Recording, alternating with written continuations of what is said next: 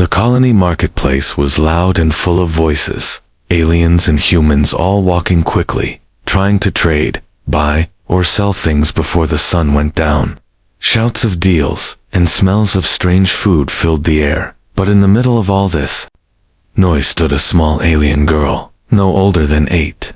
Her clothes were torn and too thin for the cold wind blowing through the open stalls. Her gray-blue skin was pale from hunger, and her eyes were wide, tired, and wet with tears. She held out a small hand and cried, "Please, someone help. My mom is dying." No one stopped. Some didn't even look at her. Others stepped around her like she was invisible. A few merchants frowned at her. One even shouted, "Get out of the way." Street rat. Still, the little girl didn't move. She clutched something in her other hand, a tiny necklace, broken but shiny, the last thing she had left. She raised it up, saying again, "Please, I'll trade this. Please, help my mom." A group of rich-looking aliens laughed and walked by, one of them saying, "She's lying. Just another beggar kid.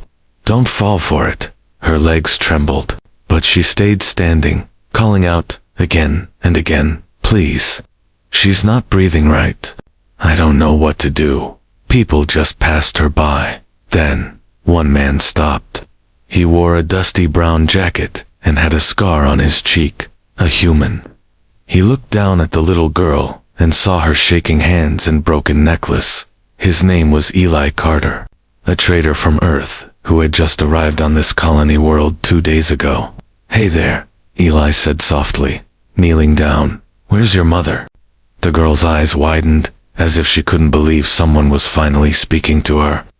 "She's in a cave," she whispered, voice almost gone. "It's not far, but she can't move, she can't talk.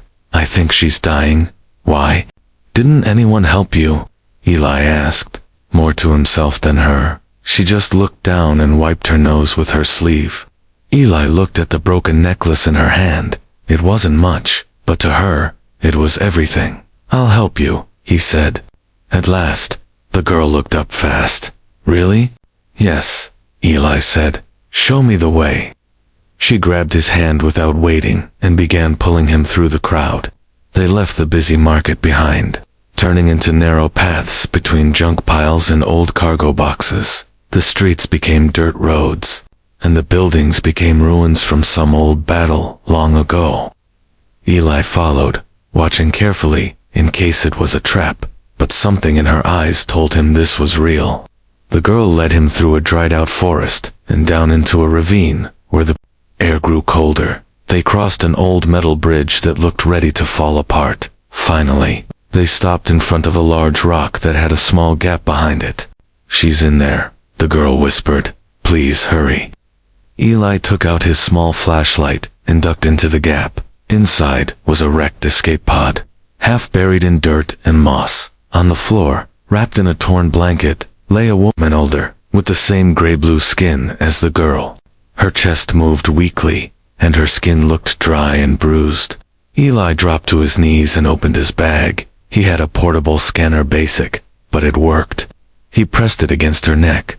The screen flashed red, collapsed, lung, infection, low body, temperature, organs failing. She was dying. He turned to the girl. "What's her name?"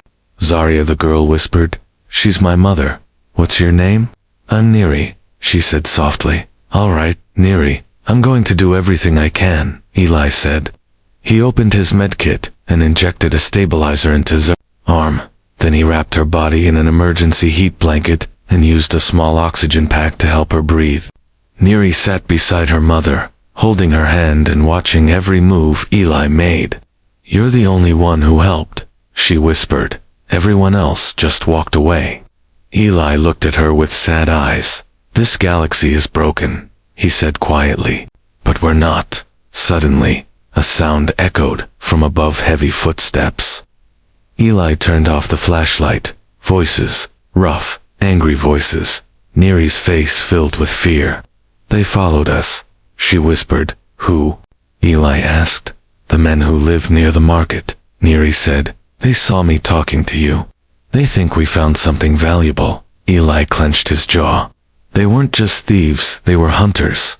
He looked at the frail mother, at the brave little girl, then back at the entrance. He stood slowly, eyes calm but sharp. He knew what he had to do. He wasn't going to let anyone hurt them. Not now, not ever. The wind howled outside the cave as Eli stood near the entrance. Listening to the voices getting louder, they were close to close. He stepped back into the shadows and whispered to Neri, "Hide behind that crate. And don't move until I say." She obeyed without a sound, gently covering her mother's body with a blanket before crawling behind a pile of wreckage. Eli crouched low, placing a small stun device near the mouth of the cave. He didn't have many tools, but he had enough to buy time. The voices grew clearer. "There's something down here," one man said. "I saw the girl lead him this way." Another replied, "He must have found something valuable." Eli's jaw tightened. They weren't here to help, they were scavengers, ready to take whatever they could, even if it meant hurting a sick mother and her daughter. A shadow passed over the cave entrance. One of them stepped in, just a foot over the hidden stun trap. The click was soft, but the flash of blue light was loud. The man dropped with a groan, convulsing on the ground. "Who's there?" the others shouted, now on alert. Eli didn't wait. He rushed forward, slamming his shoulder into the next intruder, knocking him off balance. Fists flew. Metal scraped against bone, and Eli fought like a cornered beast. He was older than the thugs, but stronger, and this time, he was fighting for someone who couldn't fight back. One man pulled a knife and slashed Eli's arm, but Eli spun and kicked him hard, sending him crashing into a rusted panel. The last attacker saw what happened and ran, cursing and shouting, "You'll regret this, human." Eli breathed heavily, his side aching, but he stayed standing. He watched the cave entrance for a moment more, before finally sealing it with a large rock panel from inside. It wouldn't stop a determined attack, but it would slow them down. He turned around to see Neri peeking out from behind the crates, her small hands gripping the edge with wide eyes. "Are you okay?" she asked in a tiny voice. "I'm fine," Eli said, even though his arm was bleeding. "You're hurt," she whispered, stepping out slowly. "It's just a scratch," Eli replied with a faint smile. "Let's check on your mom." They moved back to Zarya. She was still breathing, barely, her face pale and her body weak. Eli cleaned his wound quickly and then checked her vitals again. "They're going to come back, aren't they?" Neri asked softly. "Yes," Eli said, "but not tonight. They'll wait until the sun rises again. They don't want to get lost in the ravine." Neri sat close to her mother, holding her hand gently. "She used to sing to me when I was little," she whispered. "She said stars would always listen when no one else did." Eli looked around the dark shuttle interior. Wreckage, old crates, broken glass, and a half-working light panel flickering on and off. He sighed. "This place is falling apart," he said. "We need a plan, and we need help fast." He stood and began searching through the old escape pod, hoping to find anything useful. Power cores, old comms, signal flares. In the back corner, under a broken seat, he found a damaged emergency beacon, dusty, but maybe still working. He sat down, pulled out his toolkit, and began working. Neri watched him carefully. "Were you a soldier?" she asked. "Once," Eli replied, not looking up. "Long time ago." "Why did you stop?" "Too much blood," he said simply. "Too many people who didn't deserve to die." Neri nodded slowly, as if she understood. "My mom used to help humans," she said. "She worked at a human outpost during the war. She helped wounded people like you." Eli froze for a second. "She did." Neri nodded. "But when the outpost was destroyed, they left her behind. She was pregnant with me." Eli clenched his teeth. "So that's why no one in the marketplace helped her. They saw her as nothing more than a leftover from a forgotten war. They don't know what she gave up," Neri said, her voice small. "They just look at us like we don't matter." Eli looked at the little girl, sitting by her dying mother, and something in his heart burned. "You matter," he said firmly. She matters. He finished reconnecting the last wires on the beacon and pressed the button. A weak green light flickered on it. Wasn't much, but it was something. Signal. Should reach someone by morning, he said. We just have to hold out until then. Neri nodded, curling up beside her mother, eyes heavy with sleep, but full of trust. Eli stood guard at the cave entrance, watching the night outside. Somewhere in the darkness, he knew the men were waiting, but he didn't care. They would have to go through him first. And this time, he wasn't alone. Eli didn't sleep that night. He sat by the cave wall, holding a small shock blade in one hand, eyes locked on the narrow entrance, where the wind howled softly like a warning. The portable beacon blinked weak green light every few seconds, sending out a distress signal into the dark sky above the ravine. He didn't know if anyone would hear it or if they'd care. The colony wasn't known for kindness, but he had to believe. Zarya coughed softly in her sleep, her breathing shallow, and Neri curled beside her, small arms holding onto her mother like a lifeline. Eli stared at them. How did a little girl survive all this alone? Morning came slowly, gray light slipping into the cave through cracks in the rock. Eli finally allowed himself to rest his eyes for a few minutes. When he opened them again, Zarya was awake, barely. Her eyes blinked slowly, her voice weak, but real. Who are you? She whispered. I'm Eli, he said, kneeling beside her. Your daughter found me, asked for help. Zarya looked at Neri, who was still sleeping beside her.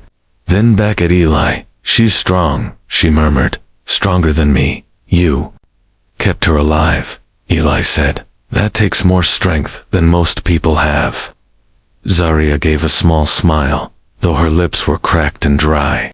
I know you, she said suddenly, her eyes studying his face. Eli raised an eyebrow. How? You were in Sector 9, weren't you? She whispered. Medical transport ship, the Aurora Light. Eli's heart stopped for a second. That was 15 years ago, he said, surprised. I worked there, Zarya said, as a nurse, part of the joint medical program between humans and my people. You were one of the volunteers, Eli said slowly, remembering now. You spoke our language better than some of us. Zarya chuckled softly, then coughed. They said we were building peace, she said, but when the outpost fell, the peace died first. Eli nodded.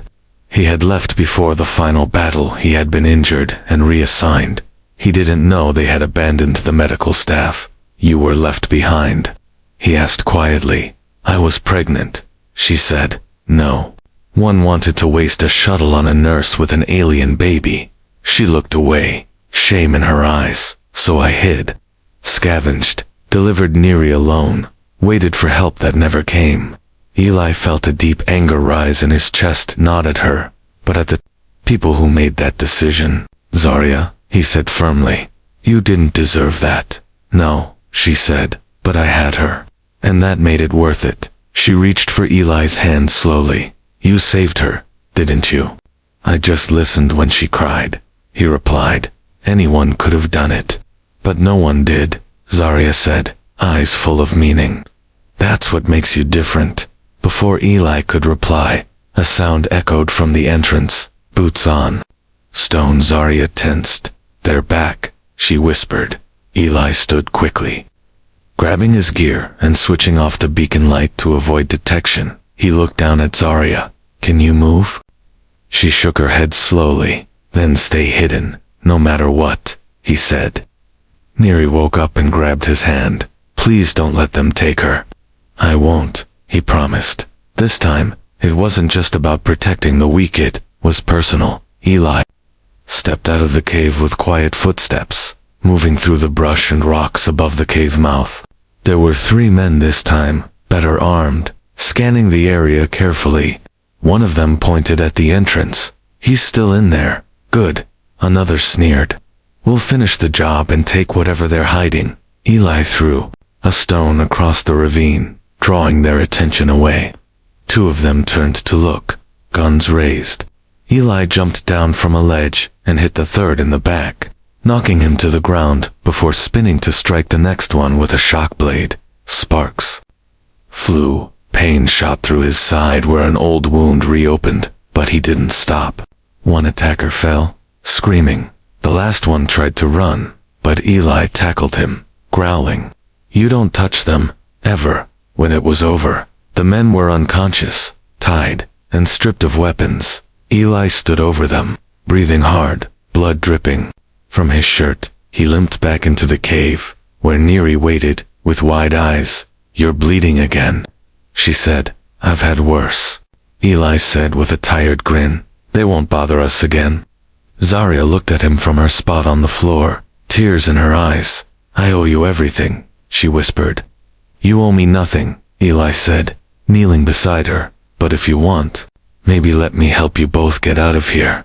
Zarya nodded slowly, hope finally returning to her face. Outside, the beacon started blinking faster. Someone was responding to the signal. The morning sun barely reached the bottom of the ravine. Gray light slid across the broken rocks and twisted metal, casting long shadows near the cave where Eli kept watch with tired eyes and a bleeding arm. He had barely rested since the last attack, but he didn't care. Every time he looked at Neri holding her mother's hand, he felt his strength return. Zarya had slipped into sleep again, her breathing slow but steady thanks to the medicine and oxygen Eli had given her, but they were running out of time and supplies. The emergency beacon blinked quietly, the signal now strong enough to be noticed, but rescue ships took time to arrive on backwater worlds like this one, and the thugs in the colony weren't finished yet. Eli knew that. He sat outside the cave on a rock, cleaning the blood from his blade with a torn cloth, his mind going over every trap and defense he could set with what he had. There were old fuel cells nearby, broken panels, and the ruined wreck of a scout drone, enough parts to make something useful. He wasn't a soldier anymore, but he hadn't forgotten how to prepare for war. Neri came out of the cave holding a water flask. "You should drink," she said gently. Eli smiled faintly, taking the flask and nodding. "Thanks, little soldier." She grinned at the nickname. Then she looked down, nervous. "Are they coming again?" she asked softly. Eli paused, then nodded. "Most likely." "Will we win?" she asked. He met her eyes. "We don't have to win," he said. "We just have to last until help arrives." Neri thought for a moment, then suddenly said, "I want to help?" Eli raised an eyebrow. "You already are, by keeping your mom safe." "No," she insisted. "I want to fight too." He looked at her carefully. She was small, skinny, and still scared, but there was a fire inside her, a courage far greater than her size. Eli finally nodded. "All right, but only the smart way." He took her around the ravine, pointing out places where she could hide, where to throw rocks to make noise, and how to set off a trap without hurting herself. They worked together for hours. Eli taught her how to use a mirror to reflect light and blind someone from far away. He showed her how to stack old metal to make noise, alarms if someone stepped on them. It would sound like thunder as they worked. Eli caught himself smiling for the first time in days. He wasn't alone anymore, and she wasn't helpless. By late afternoon, they had 6 traps ready. Zarya opened her eyes briefly, her voice still weak but full of pride, when Neri told her what she had learned. "You've made a warrior," Zarya whispered to Eli. "No," Eli said with a grin. "She was already one. I just showed her how to fight." That evening, they heard the sound of a hover engine in the distance. Neri's eyes lit up. "Is that the rescue ship?" Eli's smile faded. "No," he said quietly. "That's not the sound of help." A rough voice echoed from above the ravine. "Hey, hero, we're back and this time we brought friends." Eli moved fast, pushing Neri back inside the cave, and sealing the entrance with a stone panel. He whispered through a crack, "Stay with your mom, and don't come out unless I call you." Neri nodded, eyes wide with fear, but full of trust. Eli stepped back into the open ravine. 6 figures were standing on the ridge above, armed with blasters and metal rods, grinning like wolves. "You've got something we want," the leader shouted. "Give it up, or we'll take it after you're dead." Eli didn't answer. He just stepped away from the cave, leading them toward the traps. "You boys sure you want to do this?" he called out. The leader laughed. "Oh, we're sure," as they climbed down. The first one stepped on a metal pilot clanged loudly, startling him. "What the?" The second stepped into a wire loop, and a net of scrap metal dropped on his head, knocking him down. "Trap," one shouted. Too late. Eli threw a flash charge, blinding the closest two before he tackled the third. Driving his elbow into the man's chest, blasters fired, lighting the ravine with bright red bolts. Eli ducked, rolled, and used the wreckage for cover, fighting like a ghost, silent and fast.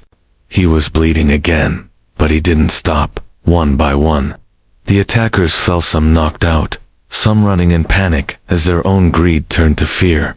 The leader tried to escape, but Eli caught him and slammed him against the rock wall. "This is your last warning," Eli growled. "If I see you again, you won't be walking away." The man scrambled away, limping and cursing as he vanished into the dusk. The ravine fell quiet again. Eli collapsed beside the cave entrance, breathing hard, blood dripping from his arm and leg. The stone panel moved, and Neri peeked out. Are we okay?" she asked. Eli looked up and smiled through the pain. "We're okay." He leaned his head back against the wall, eyes toward the sky. They had survived the worst night yet. Now, all they needed was for someone to finally answer the beacon. The night was quiet again, too quiet. Eli sat near the entrance of the cave, bandaging his arm as best as he could with what little supplies remained. He had bruises across his ribs, cuts on his hands, and blood in his mouth, but he was still breathing, and, more importantly, so were they, inside the cave. Zarya slept peacefully, for the first time in days. Her breathing was steadier now, her skin no longer as cold. The medicine was working, but it wouldn't last.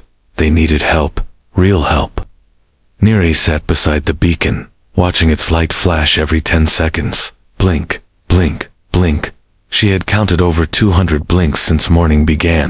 "Is it working?" she asked softly. Eli looked at her and nodded. "It's working, but no one's come," she whispered. "What if no one comes?" Eli didn't answer right away. He knew there was a chance no one would come, but he couldn't say that. Instead, he said, "Someone's out there, and they're going to see that light. It just takes time." Neri nodded and leaned against the wall, hugging her knees to her chest.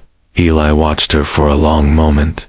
She had changed so much in just a few days, from a scared, crying girl in the street to a brave little fighter helping him set traps and guard her mother. She was growing stronger every hour. Still, she deserved better than this. Suddenly, the beacon blinked twice in quick flashes. Neri jumped up, eyes wide.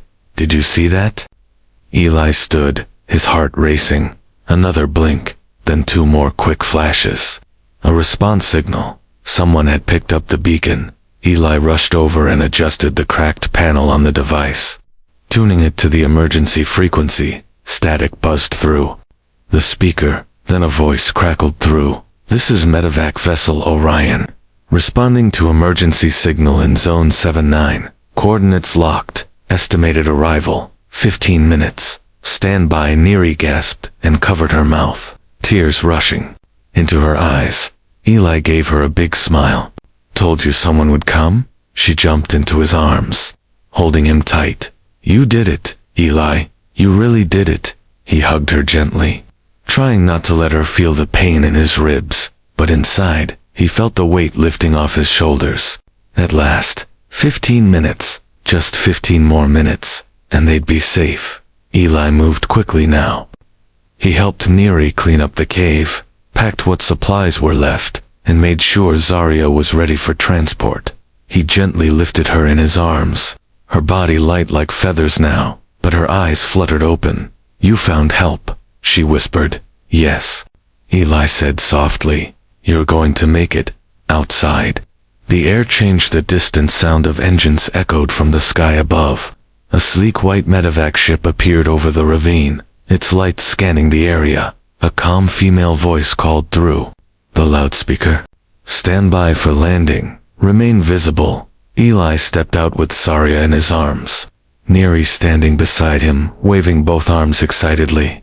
The ship lowered slowly and hovered just above the ground, side panels opening as medics in white suits rushed out with stretchers and medical scanners. They reached Zarya quickly, placing oxygen masks and checking vitals with fast, steady hands. "She's stable, but weak," one medic said. "Let's get her on board." Another medic knelt beside Neri, gently checking her for injuries. "I'm fine," she said proudly. "He saved us, not me." The medic looked at Eli. "With respect, we got your signal just in time. That beacon wasn't easy to pick up from this far out." Eli nodded, his voice tired. "It did the job." The team helped them all aboard, placing Zarya into a clean, warm medical bed with real equipment and proper care. Neri sat beside her, holding her mother's hand tightly. Not wanting to let go, even for a second, Eli leaned back into one of the seats, finally allowing himself to breathe. A young crew member walked over to him, offering water and food. "You all right, sir?" Eli drank slowly and nodded. "I am now." The ship lifted off, rising into the sky, leaving the broken ravine behind.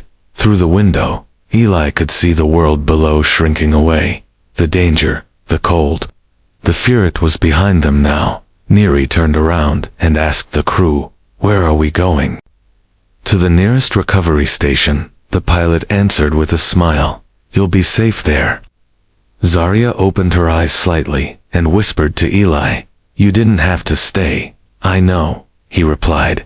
"But I wanted to." She smiled, and a tear rolled down her cheek. "You're the reason we're still alive," she said. Eli reached out and squeezed her hand. "Then I'm glad I stopped in that market." Neri curled up beside her mother and finally let herself cry, not because of fear, but because it was over. The fight to survive was over, and the healing had just begun. The medevac ship soared through the upper atmosphere, engines humming softly as the clouds thinned and stars appeared above the horizon. Eli sat beside Neri, near a small observation window, watching the stars blur past as the ship moved fast towards safety. He still felt pain in his side, and his arm ached from the deep cut, but none of it mattered now. Neri leaned her head on his shoulder, eyes half closed. "Is this what safety feels like?" she asked softly. Eli looked down at her and smiled. "Yeah, I think it is." Behind them, Zarya lay on a medical bed, hooked to proper machines, oxygen flowing, fluids restoring her weak body. A kind alien medic stood beside her, adjusting readings and speaking softly into a tablet. "She's responding well," the medic said to Eli. "You got her help just in time." Eli nodded slowly, his eyes fixed on Zarya's resting face. "She never gave up," he said. "Even when her body failed, her will stayed strong." The medic smiled. "She's lucky to have a daughter like Neri." "No," Eli whispered. "I think Neri's the lucky one. She had a mother who would have died to protect her." The medic tilted her head, and a stranger who didn't walk away. The ship soon descended toward a peaceful medical outpost, floating on a large platform above a blue-green planet. Bright lights glowed across its surface, and dozens of white ships moved in and out, carrying patients and supplies. The outpost wasn't military, it wasn't rich or famous, but it was safe. That's all Eli cared about. As the ship landed, a small team waited at the docking bay, doctors, assistants, and one woman in a red uniform who looked like the station commander. She walked forward and shook Eli's hand the moment he stepped out. "Commander Leah Voss," she said. "I've read the emergency report. What you did was above and beyond." "I didn't do it for medals," Eli replied quietly. "I know," she said, smiling. "That's what makes it matter." Zarya was carefully rolled out on a hoverbed, guided by medics straight into the main care center. Neri refused to leave her mother's side, holding her hand tightly as the bed moved. Eli followed them, tired but alert, eyes always watching, just in case. But this place felt different. No weapons, no threats, hiding in the shadows. Just warmth, light, and people who cared. Inside the care center, Zarya was given a private room. The walls were white, the lights soft, and the machines clean and humming gently. Doctors ran scans and gave injections, working quickly and calmly. Eli stood near the doorway, watching it all in silence. Neri sat on the edge of the bed, her small hand in her mother's, not speaking, just staying close. After an hour, a doctor approached Eli and said, "She's going to live." Eli finally let out the breath he'd been holding. "She needs rest, but with this treatment, she'll recover fully in a few weeks," the doctor added. Eli thanked her and turned to see Neri running toward him with tears in her eyes. "She's going to be okay," Neri cried, hugging him tightly. He bent down and wrapped his arms around her gently. "You saved us," she whispered into his chest. "No," Eli said, "you saved her, by not giving up, by asking for help." When no one listened, the commander later came into the room, offering Eli a seat in the nearby guest quarters. A clean bed and food. He refused the bed at first, but after some gentle pushing from Neri, he agreed to rest. A little hours passed. Eli slept for the first time in days, the deep kind of sleep that only comes after surviving something terrible. When he woke, he found a small note beside his bed. It was written in shaky handwriting. "Thank you for saving my mom. You're part of our family now." Nira smiled, holding the note close to his chest. Later that evening, Zarya was well enough to speak again. Her voice was soft but clear as she said, "You could have left us behind, but you didn't." Eli shook his head. "No one should be left behind." She reached out a trembling hand, touching his fingers. "I want you to stay with us, Eli. Not as a protector anymore, but as family." He looked into her eyes, and then at Neri, who was smiling wide from the chair nearby. "All right," Eli said. "I'll stay in the hallway." Other patients and nurses passed by, unaware of the quiet moment taking place inside the room. But for those three, the world had just changed. No more hiding, no more begging, no more cold nights in the dark. Just a new beginning, together. 2 weeks had passed since the rescue. The medical outpost floated quietly above the peaceful world. Far from the noise and danger of the colony Eli once stepped into. Inside one of the patient recovery rooms, Zarya stood on her feet again for the first time in months. Her legs were still weak, but her eyes were strong again, filled with new life and quiet strength. Neri helped her mother walk slowly across the room, holding her hand with care and excitement. "You're walking, Mom," Neri whispered, smiling wide. Zarya looked down at her daughter and nodded.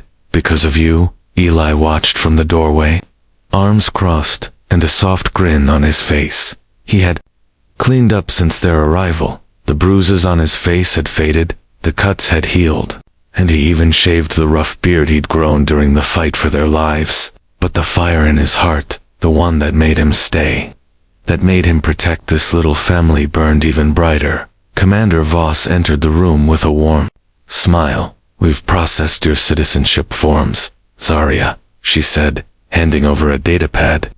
"You and Neri are officially recognized as protected residents under the Galactic Human Aid Treaty." Zarya's hands trembled as she held the pad, tears gathering in her eyes. "No more hiding?" she asked. "No more," the commander replied. "You're safe, legally and fully." Neri jumped in the air, laughing. "We can live like real people now." Commander Voss turned to Eli next. "And as for you, Mr. Carter, your request has been approved." Eli nodded. "Thank you." Zarya looked at him with confusion. "Request?" Eli stepped forward and knelt before Neri, holding out a small silver band, lightweight, simple, but meaningful. "Neri," he said gently, "I asked if I could officially adopt you." Neri's mouth fell open, tears rising again. "Really? I'd be proud to be your dad," Eli said softly, "if you'll have me." Neri hugged him with all her strength, nodding again and again. Yes, yes, yes. Zarya sat down slowly, watching the moment unfold. She placed a hand over her mouth, too overwhelmed to speak. Eli walked over to her next, his voice quiet. I know we haven't talked about the future, he said, but I meant what I said before. I'm not leaving either of you. Zarya took his hand in both of hers. You've already become our future, Eli. That evening, the staff held a small gathering in the garden room of the outpost. There were no decorations, no music, just soft lights and food and something more important. Family. Zarya wore a clean dress, her skin finally glowing with health. Neri had a bright white scarf, a gift from one of the nurses, and she couldn't stop twirling in it. Eli wore a plain jacket, but his eyes were brighter than ever. The three sat at a table near the window, watching stars appear in the sky. Zarya turned to him. Do you miss your old life? Eli thought for a moment, then shook his head. I used to think wandering from place to place was freedom, he said, but it was just running. And now? She asked. Now I've stopped running, he said. Now I'm home. Neri leaned her head on his arm, sleepy but smiling. You make us feel safe, she said softly. Even when it's quiet. Zarya reached across the table and took his hand. We want you here, Eli, she whispered. Not just for now. For always. He squeezed her hand gently. Always sounds perfect. Later that night, Eli walked to the garden balcony with Neri. The stars were clear above them, shining gently over the planet's sky. Do you still remember that marketplace? He asked. Neri nodded slowly. Every night, I used to pray someone would stop. Just one person.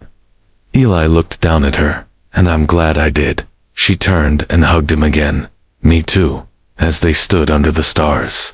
The door behind them opened quietly. Zarya stepped out, wrapped in a light shawl, her movements slow but strong. I was thinking, she said with a gentle smile, maybe when I'm better, we find a small home, somewhere with sunlight and clean air. Eli nodded. A place to start again. Neri raised her hand in the air. And no more hiding, no more hiding, Zarya agreed. The three of them stood close, a human and two aliens, once broken by war and forgotten by the world. But now they were something stronger. They were a family. A new beginning didn't need grand promises or big speeches. It needed love. It needed someone who listened when a little girl cried. It needed a heart strong enough to fight for the helpless. And it needed hope. Hope that even in a galaxy full of silence and shadows, someone would still step forward. And he did.